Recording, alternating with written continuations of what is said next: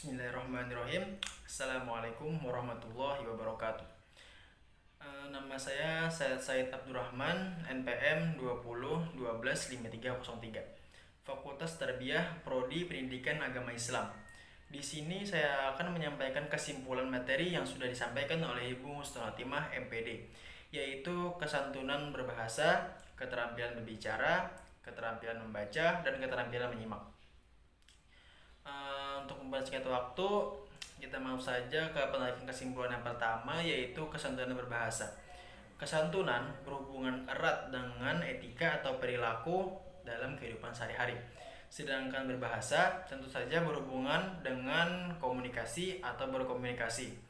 Jadi maksud dari kesantunan berbahasa ialah sebuah etika dalam berkomunikasi. Tentu saja hal ini sangat penting dipelajari dalam berbicara. Bagaimana berkomunikasi dengan baik dan santun, misalnya dengan orang tua, guru, dan lainnya. Dan untuk penarikan kesimpulan materi yang kedua, yaitu keterampilan berbicara. Bisa dan terampil tentu berbeda. Semua orang tentunya bisa berbicara, akan tetapi belum tentu semua orang terampil akan berbicara. Karena terampil dalam berbicara tentunya memerlukan sebuah keahlian. Dan untuk memiliki keahlian tentu harus dilatih terlebih dahulu. Untuk keterampilan dalam berbicara, tidak boleh asal bicara, melainkan harus memiliki keterampilan. Yang pertama, yaitu harus berbicara yang berkualitas. Kualitas di sini terbagi pula menjadi 3, yaitu yang pertama kualitas diri, dan yang kedua kualitas materi, dan yang ketiga adalah kualitas cara penyampaian. Dan untuk keterampilan yang kedua adalah fokus pada pendengar kita.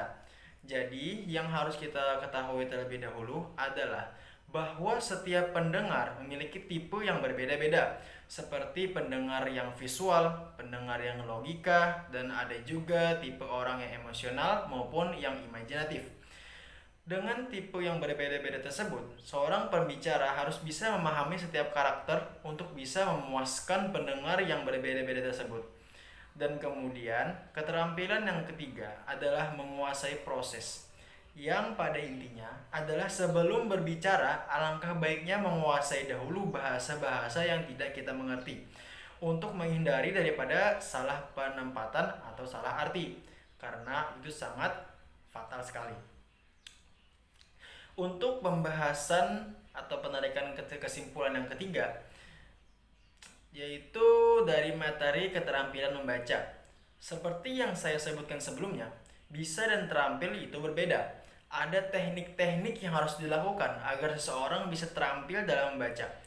Dan dalam pembahasan kali ini lebih mengkhususkan, yaitu materi keterampilan membaca dalam kegiatan baca kritis, yaitu kegiatan membaca yang bertujuan untuk memahami bacaan secara mendetail, kemudian menganalisis dan mengkritisi hasil bacaan.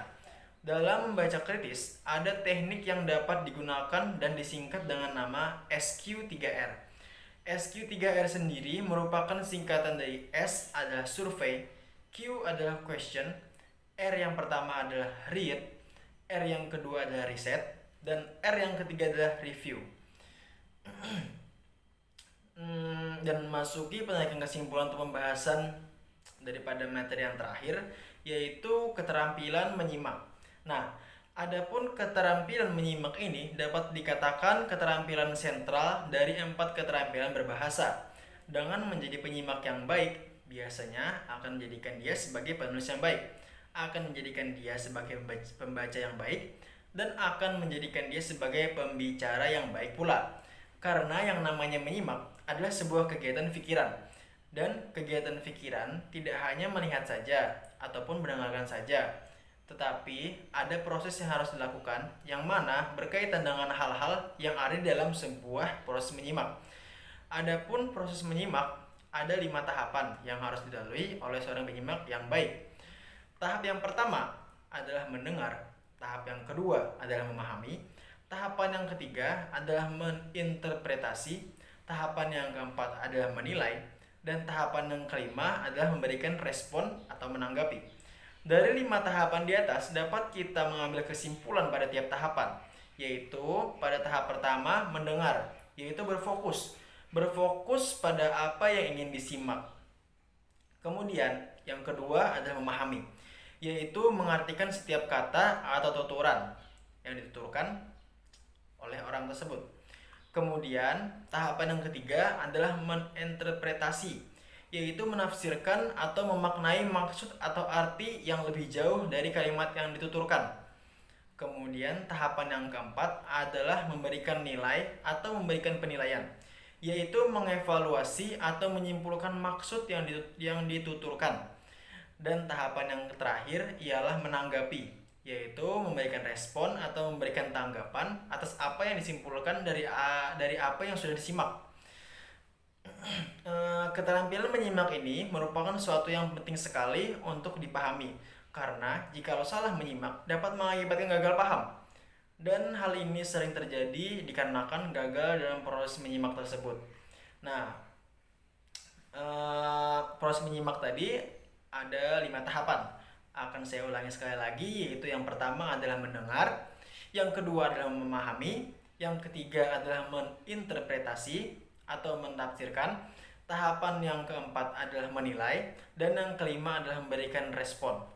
Nah, mungkin hanya sampai sini penyampaian kesimpulan saya.